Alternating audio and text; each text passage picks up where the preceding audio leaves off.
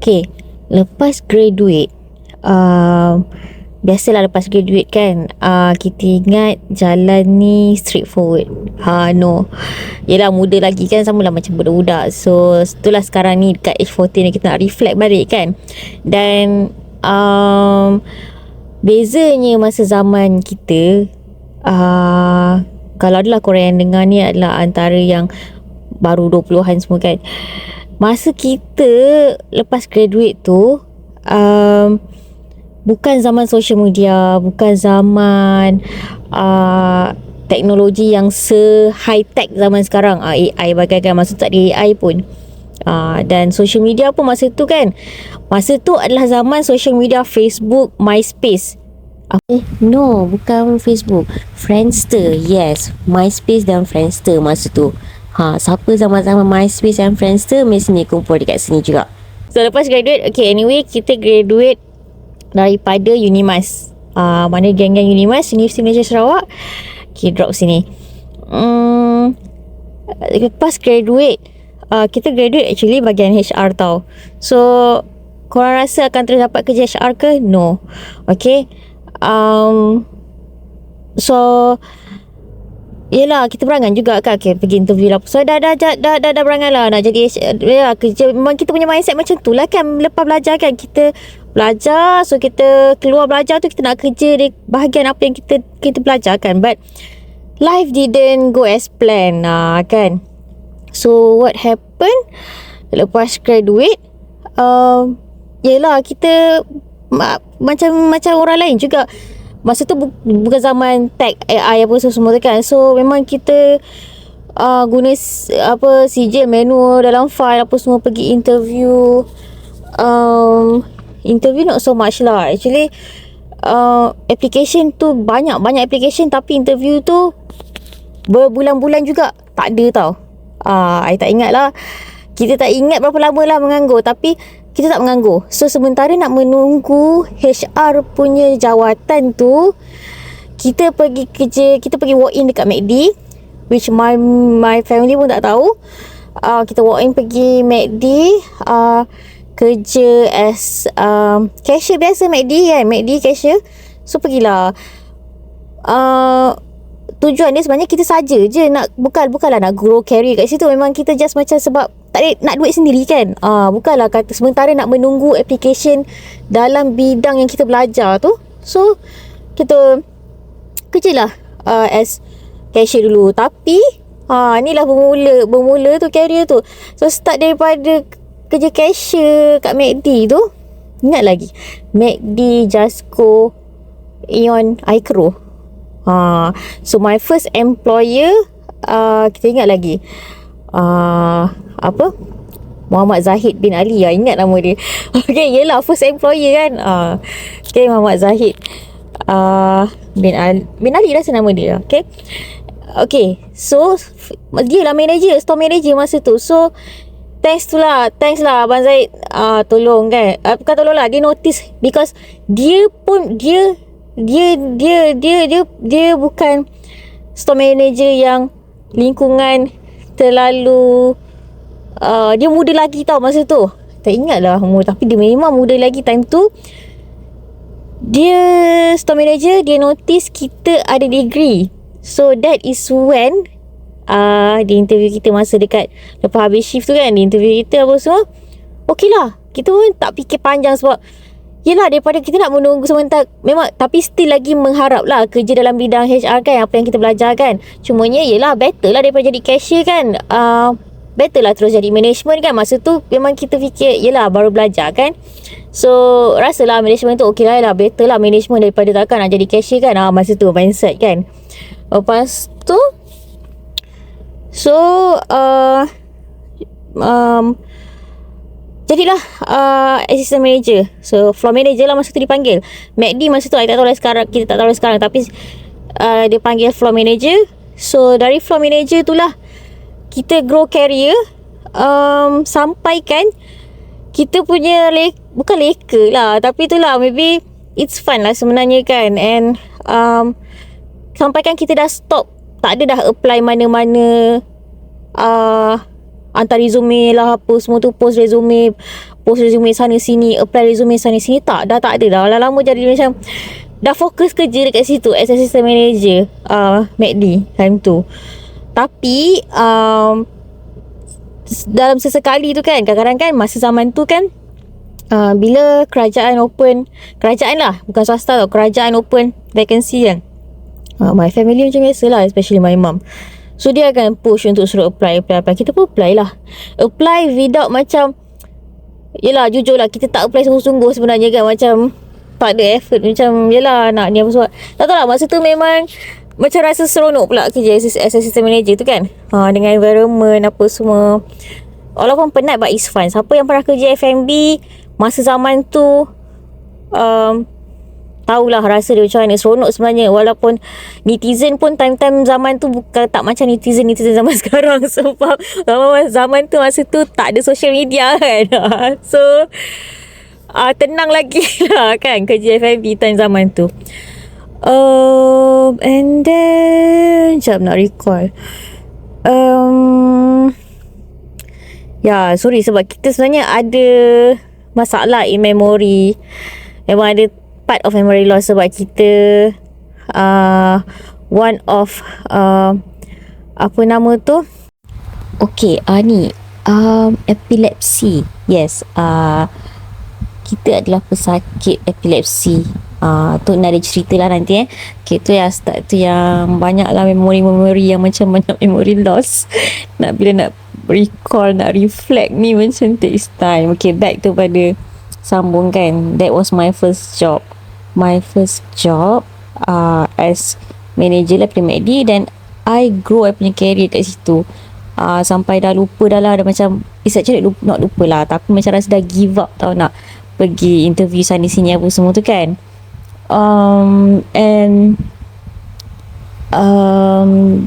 I grow my career dalam F&B daripada from manager, assistant manager, sampai second.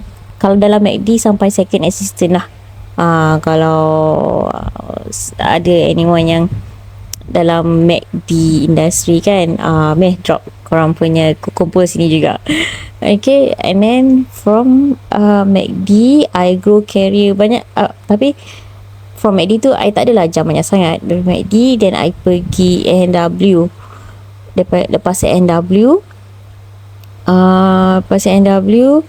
I pergi Domino's. So dalam F&B I punya dunia is MACD, A&W and Domino's.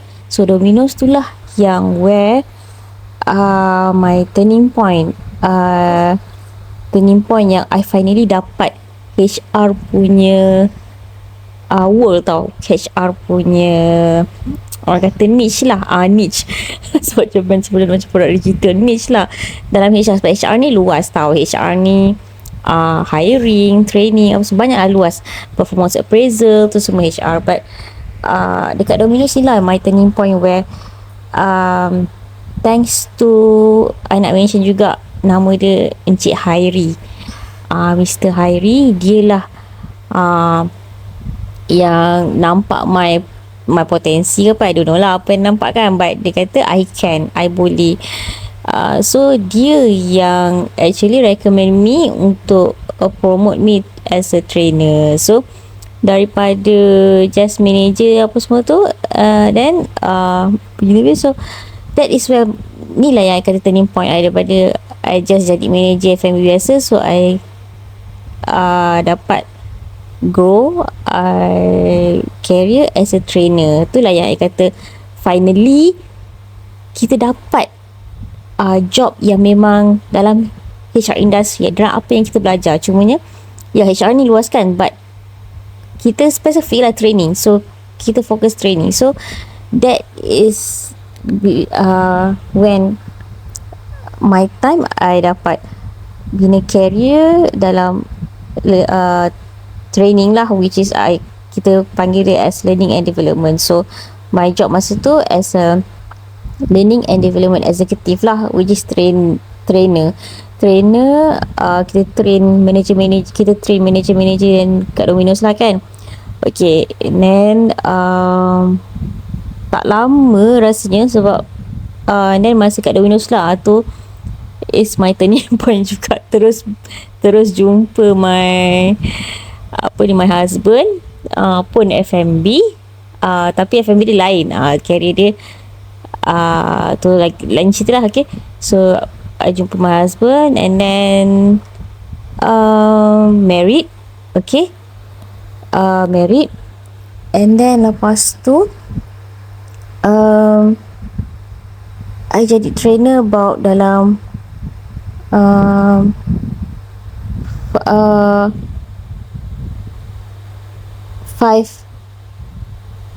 years, 4 to 5 years, tak ingat. Nak recall balik lah. Okay, macam tu lah, 4 to 5 years. Tapi then I resign.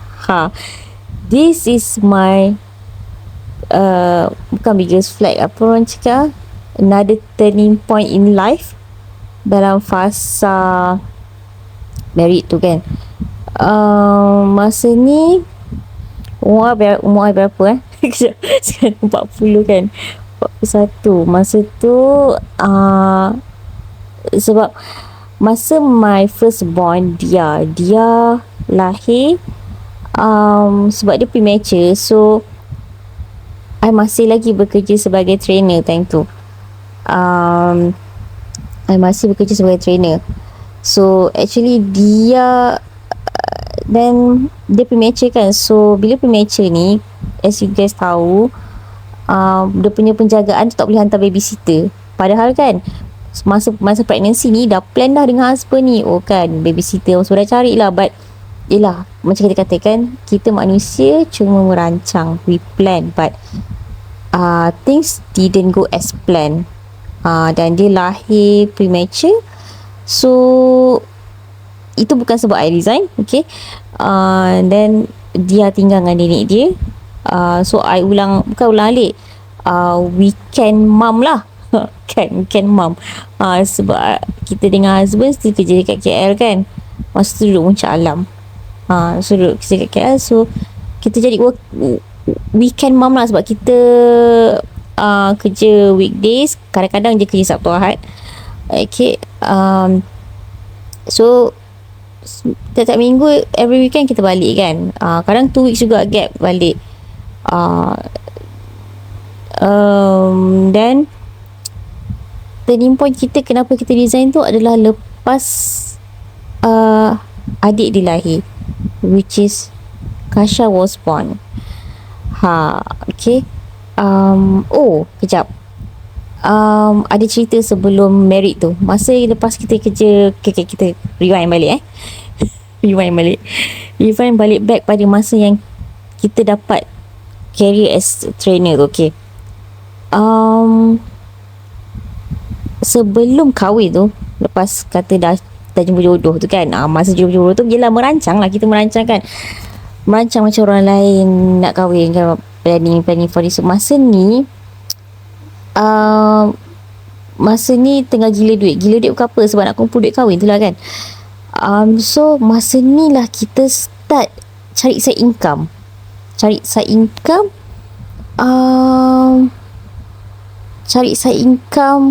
Masa tu dengan HIO.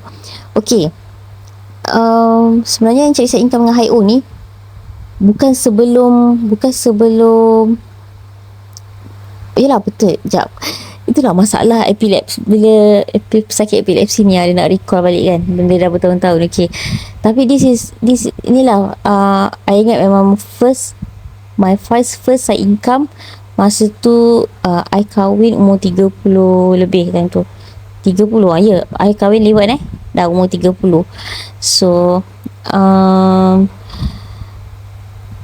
my first side income masa tu networking business lah kita panggil, tapi bahasa kasar dia is actually MLM. Sebab MLM ni bila sebab MLM ni orang cakap macam benda macam negatif kan, tapi dia tak negatif sebenarnya. Okay, so it was my first side income dengan premium beautiful apa semua tu kan. That was my first side income. Okay, lepas saya kahwin, Okay, pasal kahwin, I still continue. Okay, I nak cerita journey yang masa first side income ni. Journey masa first side income ni tak really jadi. Nak kata tak really jadi, tak lah. Tapi actually first side income ni sebenarnya sampai sekarang pun bukan I buat macam mana, sebab benda tu kan HIO ni kan dia macam membership kan, membership. So dia networking yang mana macam kita cari orang apa semua tu kan, grow team lah sebenarnya, bina team. But masa ni memang kalau korang pernah tengok kan live orang-orang yang MLM ni dulu-dulu, I rasa sekarang ni AI dah membunuh a bit membunuh lah MLM. So banyak gila MLM dah macam just slow down. I tak tahulah, but kalau dulu-dulu kan sebelum ada AI, sebelum wujud sebelum social media ni macam naik gila-gila kan, MLM ni masa tu ada satu zaman yang memang naik gila-gila, which is orang share event sana, event sini, event ni. Yes, I pergi. So masa ni bila I kenal HIO ni, so sekarang dia dikenali sebagai Sahajidah HIO tau, ataupun shortcut dia Syom lah, Sahajidah HIO. Tapi masa tu dia dikenali sebagai HIO je masa tu kan, memang Chinese masa tu. Okay, apa ni I nak share tadi. Okay, so side income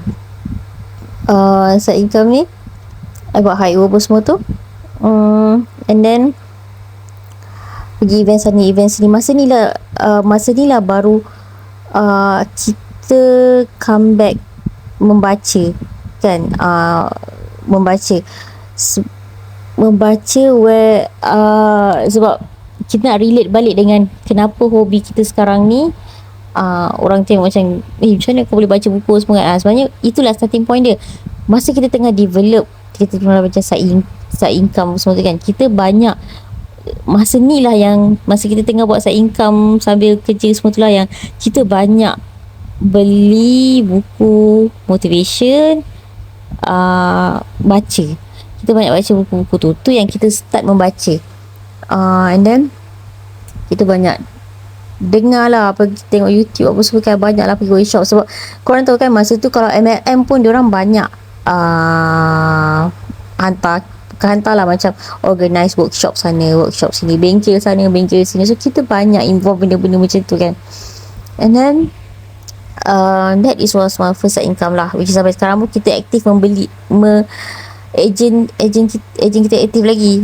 Cumanya tak gila naik pangkat lah, tak, kita just untuk guna sendiri. Okay, kalau korang tanya income masa jadi side income masa yang first tu, tak, jujur kita cakap, kita tak pernah dapat income sampai ribu-ribu. Pernah lah dapat, tapi benda tu bukan organik. Okay, tu nantilah kita cerita episod yang untuk khas untuk side income. Okay, and then cerita tadi. Okay, so lepas kahwin pula. Okay, yang tadi anak pertama dah lahir kan. So anak pertama dah lahir, ekonomi agak struggle jugalah kan. Sebab kenapa ekonomi struggle, inilah mistake kita yang first, which is kita nak remind Gen Z yang sekarang, korang beruntung sebab sekarang benda yang positif pasal social media, pasal AI semua ni kan, korang dah diberi awareness awal tau tentang financial apa semua tu. Masa zaman kita awareness tu tak selaju macam zaman sekarang. Selaju macam dekat ujung jari pun dah tahu kan information macam-macam. Tapi zaman kita masa tu tak. So that is, tahu tak apa kesilapan kita? Masa ni kita tak pandai manage duit. which is memang banyak gila hutang, banyak gila sampaikan ingat kita rewind lagi sekali. Rewind jauh sikit dekat MACD tadi. Masa first job kita dapat MACD tu kan, yang kita kerja dekat dengan bos kita Zahid tu kan, tahu tak, kita pernah kena scam dekat ATM. Duit gaji sebulan habis, duit gaji baru masuk tau. Lepas tu kena, masa tu tak ingat lah ada call ke apa, tapi something like that, call. Masa sambil call tu sambil pergi ATM, lepas tu tekan something kan, lepas tu duit gone, 1 bulan gaji. Masa tu itulah scam zaman dulu, scam zaman masa tu. Lepas tu alhamdulillah tak kena dah lah scam. Forward balik dekat yang pasal lepas yang kesilapan anak pertama kita lahir tu kan, dia lahir tu kan, kita tak pandai manage duit. Hutang credit card, hutang macam-macam lah, hutang apa semua tu. Dan disebabkan tu kita struggle ekonomi, financial kan. Dan masa ni kita tak tahu macam mana kita boleh terlintas apa semua. Tapi lah masa ni kan kita macam tengah gila knowledge tau, tengah gila skill masa tu.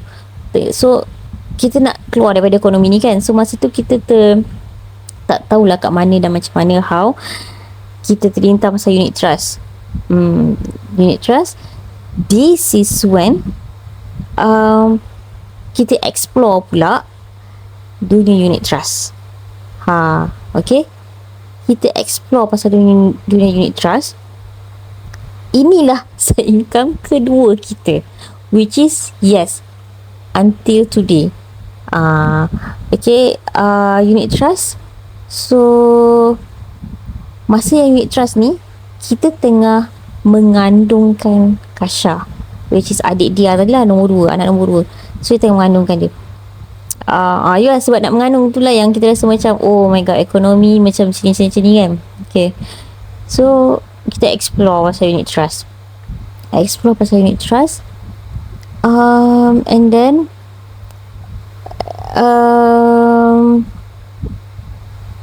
kita dah explore unit trust kan, kita jadi consultant lah, agent unit trust kan. Agent unit trust masa dia tengah mengandungkan dia, bukan mengandungkan dia dah lahir. Kasha dah lahir. Sebab kita ingat masa kita ambil exam untuk ambil license sebagai unit trust consultant tu, kita study sambil jaga dia, baby. Masa tu tengah pantang, I'm not sure tengah pantang ke ataupun lepas pantang, tapi memang dia tengah baby betul, baru born. Kita ambil exam, tengah study. So tengah study sebab nak ambil license unit trust ni, you kena I'm not sure sekarang macam mana, tapi dulu leader kita akan bagi macam past question apa semua tau, macam nak jawab SPM, pasti question apa semua tu. And then study lah. And then lepas tu kita set exam semua kan. So pass, so dapatlah license. So itulah set income kedua, which is unit trust tadi. So kita jalan dua-dua.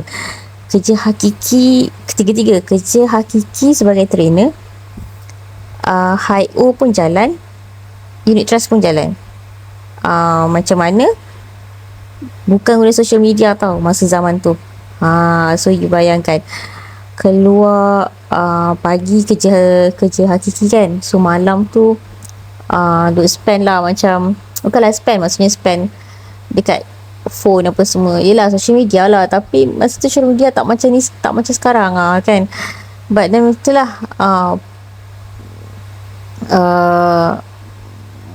baca buku, tengok YouTube apa semua macam tu lah. Malam is macam memang sambil jaga anak tu, sambil lah macam tu lah. So masa tu macam Kasha masa tu dia born, sebab hantar babysitter, so malam balik kerja tu pick up dia.